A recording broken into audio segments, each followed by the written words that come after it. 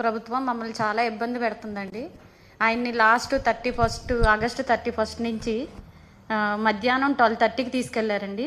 తీసుకెళ్లి నైట్ అంతా వైజాగ్లో తిప్పి సెప్టెంబర్ 1ని గుడివాడ పోలీసులకి పిఎస్కి తీసుకెళ్లారు.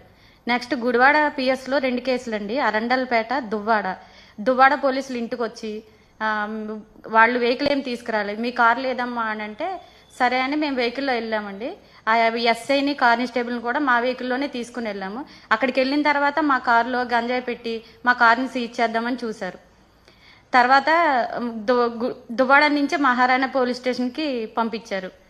తర్వాత రాజమండ్రి ఆ రోజు నైట్ మహారాణిపేట స్టేషన్ నుంచి నైట్ రాజమండ్రి పంపించేశారు. రాజమండ్రి ఆ రోజు ఈవినింగ్ వరకు ఉంచి రిమాండ్ చేశారు. రాజమండ్రి జైలుకి వెళ్ళి కలుద్దామని అంటే అక్కడ పీటీ వారెంట్ వేసి మాచర్లకి తీసుకెళ్లారు. మాచర్ల పిఎస్ తీసుకెళ్లారు.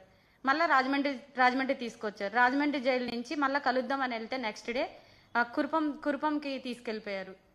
కురుపం తీసుకెళ్లారు. కురుపం నుంచి లేట్ నైట్ కురుపంలో రిమాండ్ చేసి లేట్ నైట్ వైజాగ్ సెంట్రల్ జైలుకి పంపించారండి. సెంట్రల్ జైలు నుంచి పోనీ అక్కడికన్నా వెళ్ళి కలుద్దామని అంటే అతన్ని అక్కడి నుంచి బాపట్ల ఇంకోళ్ళు తీసుకెళ్లారు. అక్కడి నుంచి మళ్ళీ వైజాగ్ తీసుకొచ్చారు. మళ్ళీ ఇట్లా పీటీ వారెంట్లు వేసి ఆయన్ని సబ్బవరము, లావూరు, వైజాగ్, మళ్ళా గాజువాక కోర్టు, మళ్ళీ ఈ మాచర్ల స్టేషన్ రిమాండ్ అని చెప్పి 2 days తీసుకెళ్లారు. ఇవన్నీ చేస్తున్నారు. మళ్ళీ ఇతను రిమాండ్లో ఉన్నాడని తెలుసు కూడా పులివెందుల నుంచి పిఎస్ నుంచి పోలీసులు 2 జీపుల్లో వచ్చి మా ఇంటికి వచ్చి ఇంటి దగ్గర కొంచెం హడావుడి చేసి ఇంటి దగ్గర నోటీసులు లాంటివి వెళ్ళారండి. ఈయనకి మెడిసిన్ సరిగ్గా ఇస్తున్నారో లేదు తెలీదు. మళ్ళీ ఇతను కొంచెం హార్ట్ పేషెంట్ అండి. జైలు ఎంట్రీ కానీ మనం చేసుకుంటుంటే అక్కడ పీటీ వారెంట్లను పెట్టి అతను ఎక్కడుంటున్నాడో తెలియకుండా మాతో కలవనీయకుండా మాతో మాట్లాడనీయకుండా చేస్తున్నారండి. ఒక్కరోజు కూడా అట్లా అతన్ని జైల్లో ఉంచలేదు. ఇలా పీటీ వారెంట్లు వేసి మొత్తం రాష్ట్రం అంతా తిప్పుతున్నారు.